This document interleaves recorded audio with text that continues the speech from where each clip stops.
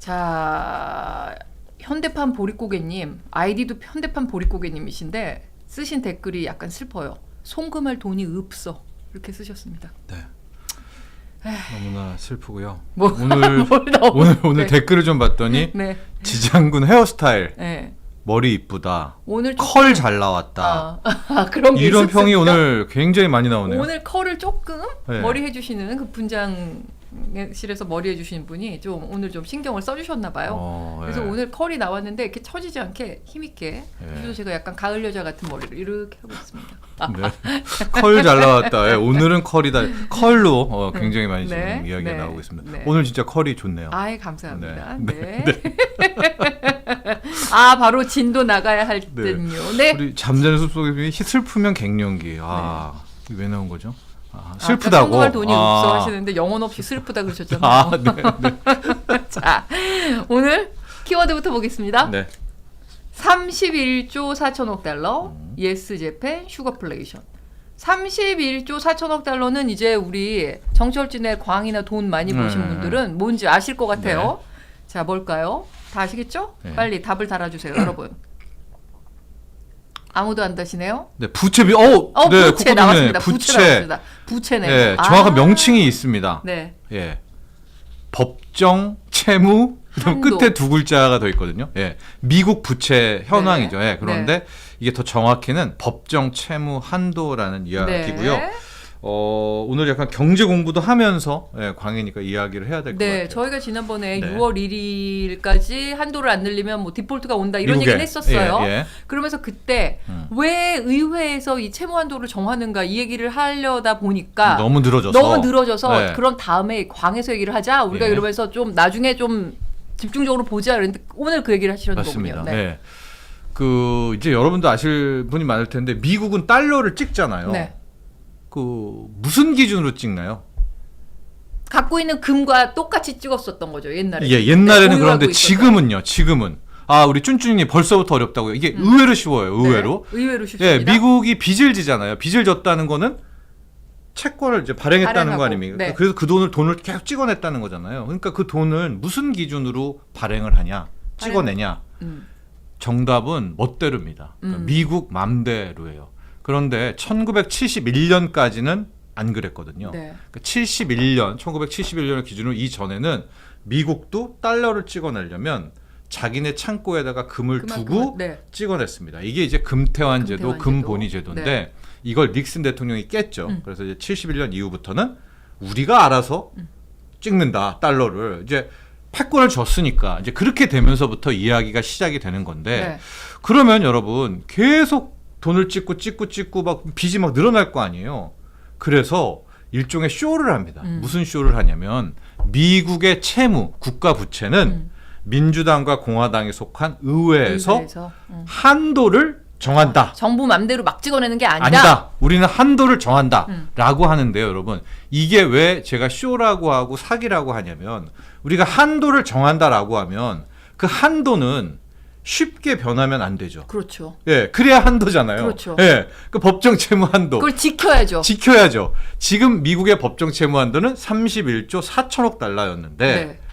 그럼 여러분 80년대, 90년대, 2000년대도 31조 8천억 달러였냐? 훨씬 적었겠죠. 아니었습니다. 네. 그러니까 제가 왜 이거를 쇼라고 하냐면 과거에는 3조 달러, 5조 달러, 10조 달러, 15조 달러, 20조 달러, 25조 달러, 31조 달러. 계속 늘어났군요. 그러니까 사경이 지금 미국 빚이 사경인데 이게 왜 쇼냐면 한도를 하면 그 한도를 지켜야 되는데요. 이 미국은 지키질 않습니다. 늘 한도를 채워요. 네. 그리고 나서 의회가 올려줘. 모여서 또 올려줘 한도를. 또 빚내. 빚낸다는 건 찍어낸다는 거죠. 또 올려 해가지고 지금 어느덧 미국의 빚이 무려 4경 원이라는 수준까지 온 겁니다. 빚이 너무 많아서 사경을 헤매게 됐군요. 맞습니다. 네. 하고 이 빚이 이렇게 늘어났다는 건요. 뭐 요즘에 나오는 달러 약세론, 달러 패망론 이런 거하고 맥락을 같이 하는 게 이 얘기만 할 얘기가 많은데 이 얘기 할게요. 여러분도 이제 뭐 이렇게 유튜버나 이렇게 경제 전문가 중에서 연준에게 대항하지 말라. 연준과 싸우지 말라. 예, 이런 얘기를 많이 하면서 많이 그때 얘기하는 인물이 폴 볼커예요. 네. 80년대. 그 혹시 우리 이 시청자분들 중에서 1980년대 두 번째 오일 쇼크가 났을 때 미국 연준이 기준금리를 얼마까지 올렸는지 혹시 아세요? 81년도에. 지금은 인플레가 극심하다고 올린 게 5.25잖아요. 네. 80년대 초반에 얼마까지 올렸을까요? 미국의 기준금리를. 지금이 5.25인데 그게 5.25. 낮다고 하시는 거면 예, 10% 가까이였나요? 아니요. 더 올렸나요? 누구예요? 제타님. 20%. 에버그로우님 뭐 바로 나오네요. 라이언님 20%, 22%까지 올리죠. 22%. 네. 폴 볼커가 와 멋지시네요.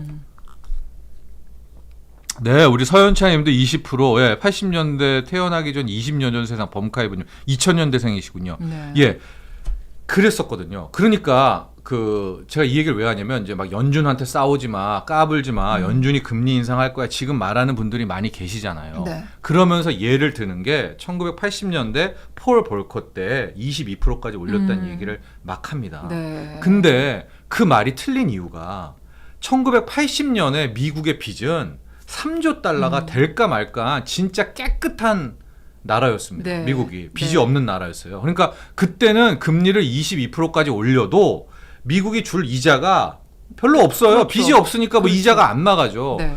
근데 여러분 지금 미국의 빚이 그동안에 타락해가지고 미국이 무려 31조 달러가 됐다니까. 10배가 넘게 된 예. 거예요. 미국의 빚이.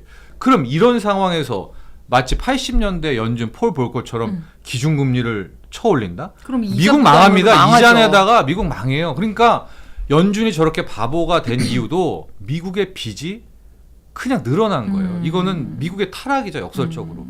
그래서 지금 미국 디폴트 얘기할 때 이 채무한도 얘기를 해야 되는 것이 이건 이제 우리가 기본 상식으로 알아둬야 되고요. 이제 다시 민주당 공화당이 앉아서 이미 여기까지 꼭대기까지 차온 31조 달러를 또 올린다는 거예요. 32조 달러로 또 그 빚을 한도를 늘려야 빚내니까. 그러니까요. 예. 근데 그거를 지금 공화당이 쉽게 안 해주고 있다. 예. 여기까지를 우리가 이제는 이제 기억을 해두시면 미국의 법정 채무한도, 부채 한도, 미국 디폴트 이런 것들이 이렇게 빠르게 와닿을 수가 있죠. 그럼 의회가 그거를 결정하는 거는 어떻게 보면 약간 짜고 치는 고스톱 같긴 하지만 짜고 치죠. 네, 거의 짜고 쳐요. 짜고 치는 고스톱이지만 어쨌든 야당은 네. 그거를 그쵸. 가지고 조금 이렇게 약간 어깨 으쓱하며 좀 잡을 수는 있겠네요. 네. 입을 잡을 수는 있겠네요. 예. 네. 항상 야당이 이제 좀 그렇겠죠. 악역을 맡죠. 언제나 그렇겠죠. 네, 언제나 네. 그렇죠. 근데 그때 따라 결과적으로는 달라서. 해주지만 예, 뭔가를 주고받게 되겠네요. 그걸 네. 올려주는 대신 뭔가를 받겠죠. 야당이. 네.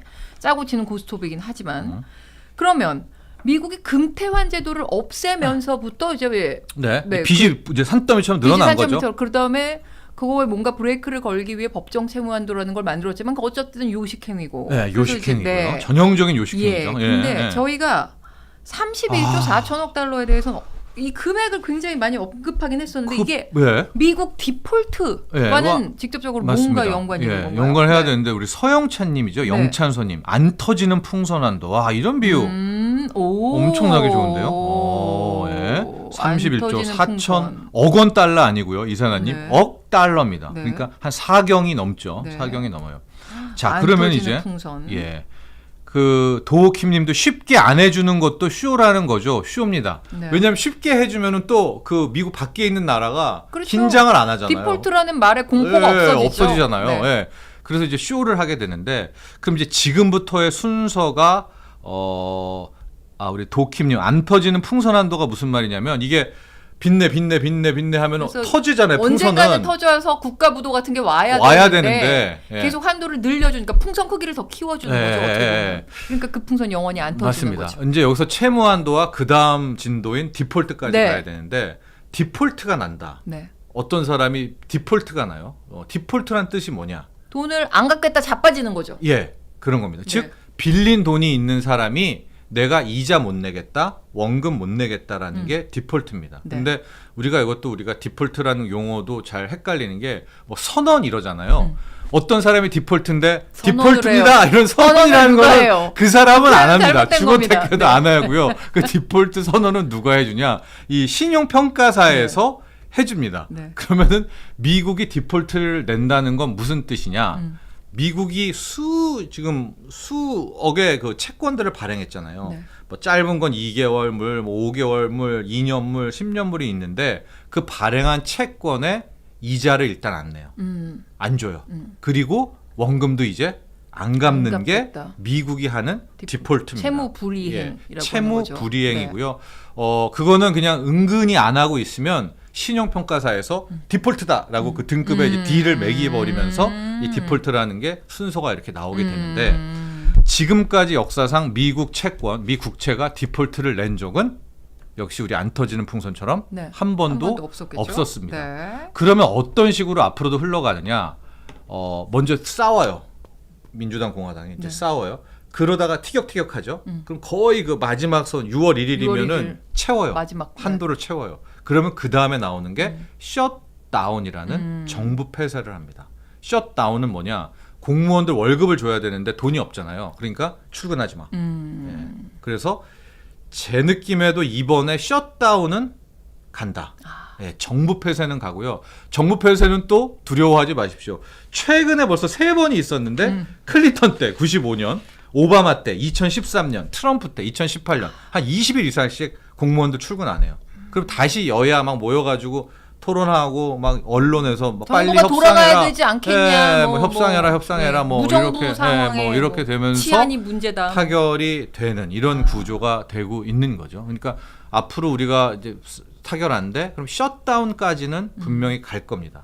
그리고 아마 극적 타결을 하게 되는 뻔한 시나리오로 일단은 귀결이 될 것으로 보여져요. 네. 예. 그러면 그 20일 동안은 셧다운한 동안은 월급은 나중에 소급해서 은근 주고 그러진 않겠죠? 그렇죠. 그 출근을 안 한다니까요. 그냥 그러니까 쉬라고 네, 하니까. 무급휴일이겠죠. 무급휴일. 예. 근데 이게 과거에 미국이 디폴트가 난 적이 없는 거죠? 네, 실제로 한 번도 지금도 없었습니다. 실제로 이번에도 일어나지 않겠죠? 그건 이제 모르는 거지만 네. 이제 주식 시장에 제가 왜 새로운 악재라고 이야기를 예. 했냐면 날 수도 있잖아요.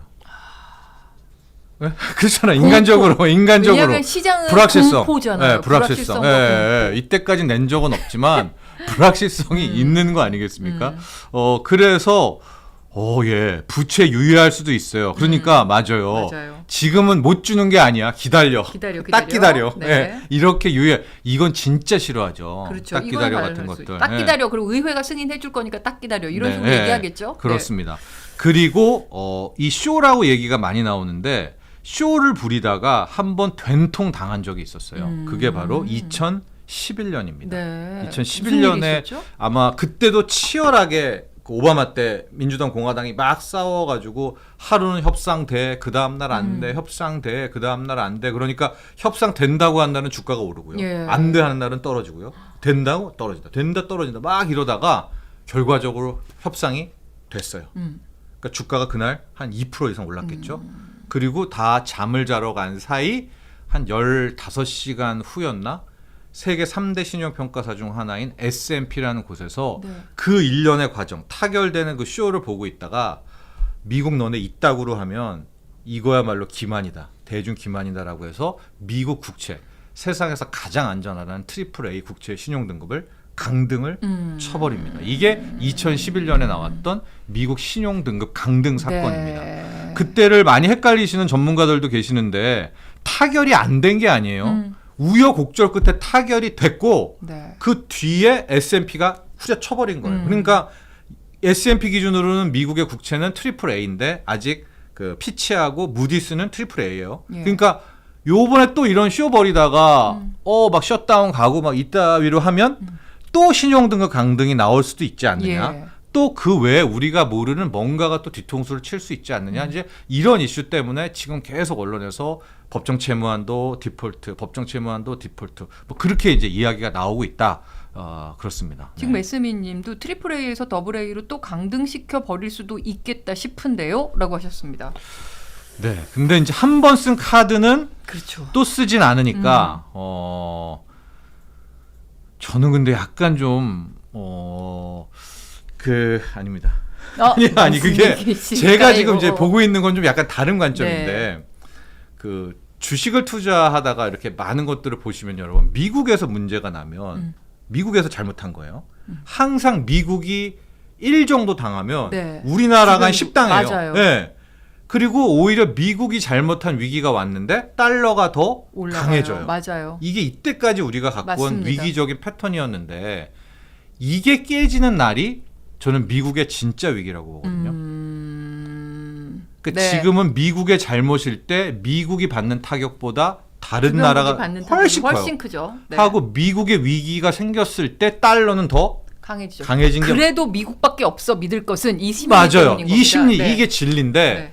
제가 보는 이 요번에 디폴트 뭐 미국 법정 채무한도 가지고 보는 포인트는 뭐냐면 이번에도 미국 위기잖아요. 미국발 위기. 네.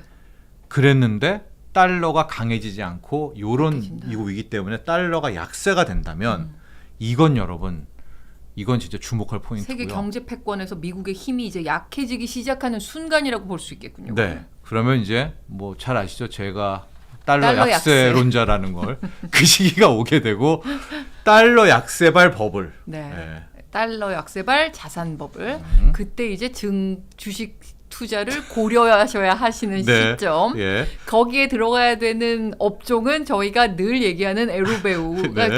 이제 줄줄 그렇습니다. 가는 겁니다. 예. 네. 그때 뭐 바이오 이런 거 사시면 안 돼요. 네, 바이오는 안 그때는 됩니다. 종이돈의 위기이기 때문에 그렇죠. 실물 사야 되는 실물 거고, 사셔야 됩니다. 예, 실물. 예, 예. 자, 이게 노다지를 계속 보시면 이렇게 꼬리를 물고 모든 얘기들이 다 같이 예. 같은 맥락으로 돌아가고 있다는 걸 이제 아시게 되실 겁니다. 네. 자, 네. 디폴트 사태 나지 않게 뭐 채권도 당연히 상향 조정해 주겠죠. 네, 그러나 네. 계속 말씀드리지만 이제 그게 포인트가 아니다. 예. 협상하겠죠. 그렇죠, 예, 하겠죠. 예. 제정신이 아닌 이상 미국 뭐 공화당도 또 난리치니까 타결하는데 그때 과정에서의 이 세간의 미국을 보는 시선, 시선, 평가. 평가. 예.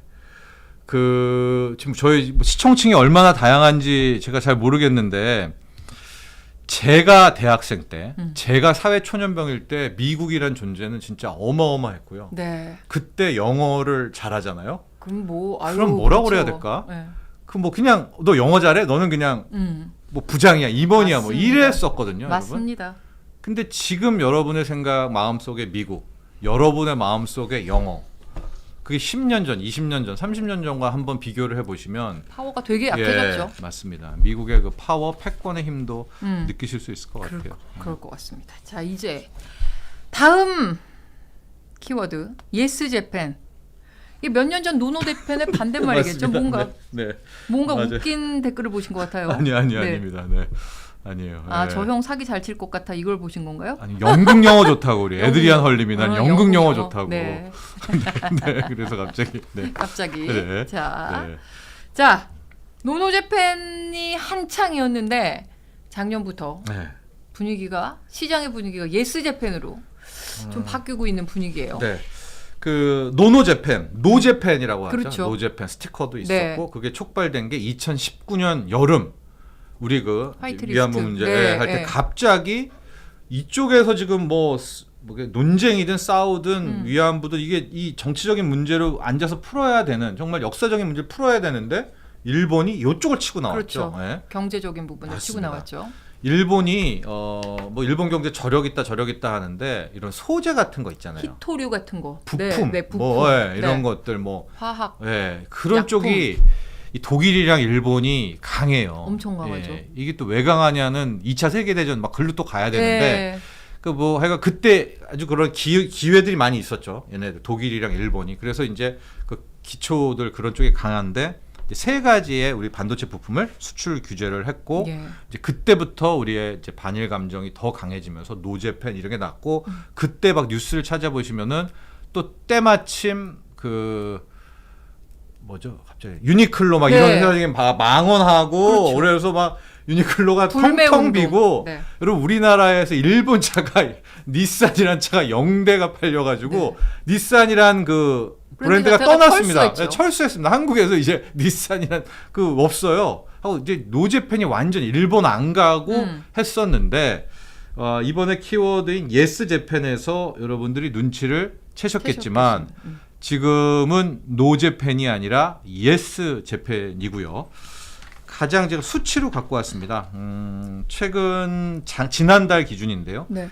1년 사이 의류는 15% 넘게 더 팔렸고요. 자동차도 15% 이상 더 팔리고 있고요. 위스키가요, 여러분, 무려 80% 이상 일본 겁니다. 일본 위스키가 팔리고 있고 맥주는 거의 150% 이상 하고 이제 아사히 맥주 네. 여기에 지금 인기가 뭐 너무나 높다라는 게 이제 유통 시장의 전원입니다. 이건 뭐 제가 꾸미는 게 아니라 네. 통계로 나와 있는. 그러니까 지금 유통 시장에서는 일본 메이드 인 재팬이 다시 이제 우리 한국 소비자들에게 인기를 끌고 있고 여기에 소개는 안 드렸지만 지금 일본으로의 여행도 이제 상당히 엄청나죠. 크고 이제 예스 재팬으로 이제 분위기가 예, 네. 바뀌었다. 예. 근데 요즘에 기사를 보니까 이제 캔 이 뚜껑을 우리 요만큼만 요 일부만 이렇게 따서 마시는데 맥주를 이걸 통째로 뚜껑을 탁 열면 거품이 확 올라오는 그 네. 아사히 슈퍼드라이 네, 생맥주. 맞습니다. 예. 그 7월에 공식적으로 이제 판매를 확 시장에 확 푼다고 하는데 그 전에 시장 조사를 위해서 좀 풀었더니 네. 품귀에 난리가 났었다고 그러더라고요. 네. 아 그리고 역시 여러분들도 이거 다 아시는구나. 우리 S 미님님도 예, 산토리 홀딩스 예, 네. 예, 이게 제가 이렇게 삼겹살집 이런 데 있잖아요. 뭐 대표 삼겹살 이런 거 먹으러 가게 되면은 제 때는 이제 저는 폭탄주 문화 소폭인데 요즘은 몰트 위스키, 하이볼, 네, 하이볼을 우리 맞아요. MZ들이 하이볼을 엄청 먹더라고요. 근데 네. 이제 하이볼이 일본식이잖아요. 그렇죠. 예, 뭐 일본식, 미국식 이런 건 없지만은 그래서 요즘에 이렇게 또 하이볼이라는 거를 그렇죠. 많이 마시는. 게다가 요즘 예, 젊은 예. 층이 그 독주를 조금씩 먹는 거가 또 요즘 약간 트렌드여서 몰트 위스키 같은 거를 사 먹는데 그 영국 스코틀랜드 몰트 위스키가 아니라 일본 몰트 위스키가 그래서 또 인기가 일본 있는 위스키가 거예요. 예, 이렇게 거의 예. 2배 이상. 그래서 야마자키 디스티 뭐 증류소에서 만든 일본의 무슨 위스키 뭐 이런 게 이제 계속 인기가 있는 건데 예. 문제는 예. 예스 재팬이 되면 수입이 그만큼 늘어나니까 무역 적자 폭은 더 커지는 거. 네. 그게 문제겠죠? 그렇습니다. 뭐 제가 여기서 뭐 노재팬이 문제다, 뭐 예스재팬이 문제다 그런 이야기를 하려고 이 키워드를 꼭 뽑은 게 아니라 네.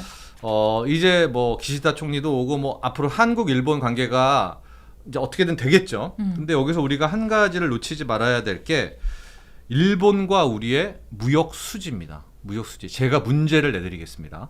1965년부터 일본과 우리는 국교 정상화가 됐어요, 여러분. 예. 그 이후로 지금 이제 무역을 계속 해왔겠죠. 과연 어느 해에 대일 무역 수지 흑자가 났을까요? 저는 답을 합니다. 몇 년도에 대일 무역 무역 수지 수지 흑자가 흑자가 났을까요? 네. 자, 대일입니다. 대일. 대일. 1965년 이후에 국교 정상화가 된 이후부터입니다. 네. 언제 무역 수지가 났을까요? 네. 도킴님 정답 아, 나오셨어요. 예. 없다. 예. 예스미님 틀렸습니다. 80년도 땡. 쭌쭌님 2002년 땡. 네. 흑자 낸 적 없다. 한 번도 없다. 네. 도킴님 다시 한 번 하셨어요. 모두 다 적자. 루카님. 90년도 아닙니다. 아닙니다. 예. 없다가 정답입니다. 예. 없다. 58년째 우리와 일본에서 무역으로 관계에서는 우리가 단 한 번도 흑자를 낸 적이 없는 없습니다. 58년 연속 무역수지 대일 무역수지 적자고요. 네. 최근에 이제 막 수출 제한하고 막 그랬어야 하다가 지금 다시 올라서 보통 일본이 우리나라한테 한 250억 달러, 300억 달러, 한 25조, 네. 한 30조씩 흑자를 냅니다. 매년 이렇게 가져가고 있기 때문에 그쵸. 우리가 이제 앞으로 일본과의 관계도 어떻게 되고 이게 하겠지만은 우리가 또 놓쳐서는 안 될 부분이 네. 우리는 이때까지 대일 관계에서 계속 적자를 내왔다라는 겁니다. 예. 그쵸. 우리 카이안 K님도 일본이 버는 구조입니다. 일본이 네. 버는 구조. 게다가 요즘엔 또 우리가 일본으로 또 여행도 많이 가기 그러니까요. 때문에 무역의 수지에서도 맞아요. 지금 어마어마한 적자가 맞습니다. 서비스 나고 있을 수지에서도. 겁니다. 예. 지금 시간이 좀 많이 흘러서 많이 조금 흘렀네요. 빠르게 가봐야 될 것 네, 같습니다. 알겠습니다. 네. 근데 지금 문제가 아니라 58년 적자 행진인데 네. 지금 뭐 외교적으로는 한일 정상회담 이후에 한일 관계가 개선될 거다 이렇게 정부는 계속 이렇게 강조를 하고 있지 않습니까? 네. 근데 관계 개선은 관계 개선이고 네. 경제적으로는 어쨌든 우리가 관계 그냥 너무 프렌들리할 필요는 없잖아요. 맞습니다. 우리한테 우리의 이익을 챙겨야죠. 네, 이 말을 하고 네. 싶어서 했던 거예요. 좀 빠르게 넘어갈 텐데 신냉전이 됐습니다. 세상이. 그래서 이쪽에 중러팀, 여기에 사우디 중동팀, 남미 이쪽 팀에 가 있고요. 이쪽 팀 미국, 영국, 일본, 우리 한국은 이 팀을 선택을 네. 했습니다. 뭐 이거는 이제 정부 차원에서 선택을 한 거니까 이제 앞으로 이 둘의 대결이 펼쳐지게 될 텐데 미국, 영국, 일본 이제 같은 팀이 된 거잖아요. 네. 그러면 이제 일본도 서로, 예, 네. 뭔가 해야지겠죠. 그래서 이제 관계 개선과 함께 우리도 이런 무역 수지 부분에 대해서도 어필할 건 어필하고 네. 그런 식의 이제 필요하다. 네. 네. 뭐 이런 이야기 때문에 예스재팬이랑 키워드가 나왔고요. 그러니까 외교나 뭐 그런 정치적인 거에서는 뭐 관계가 좋아지더라도 경제에서는 우리가 우리 실리를 챙겨야 되는 거죠. 맞습니다. 그거를 꼭 생각하시고 네. 네, 겉으로는 앞에서는 웃으셔서 뒤에서는 치열하게 싸우는 그런 정부가 되기 바랍니다. 네. 자, 이번엔 슈거플레이션 세 번째 키워드입니다. 단어만 보면 딱 설탕 가격에서 비롯된 물가 상승 네. 이 의미잖아요. 맞습니다. 네. 지금 설탕 가격이 너무 많이 올라서 연초 이후로 한 30%, 지난달에 또 폭등했습니다. 20%가 올랐고 이유는 있다. 설탕하면 어디죠? 이 나라죠. 삼바. 삼바. 네, 브라질. 브라질의 사탕수수. 네. 그리고 태국, 인도가 또 설탕 많이 나고요.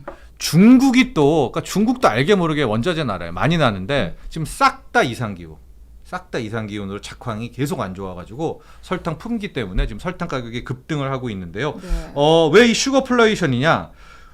백종원 선생님이 있잖아요. 네. 슈가보이잖아요. 그때 우리도 다 알았잖아요. 네. 와, 음식에 설탕이 저렇게 많이 들어가는구나. 저렇게 많이 들어가냐? 여러분 웬만한 외식하는 분들에 따지면 설탕가가 10%래요.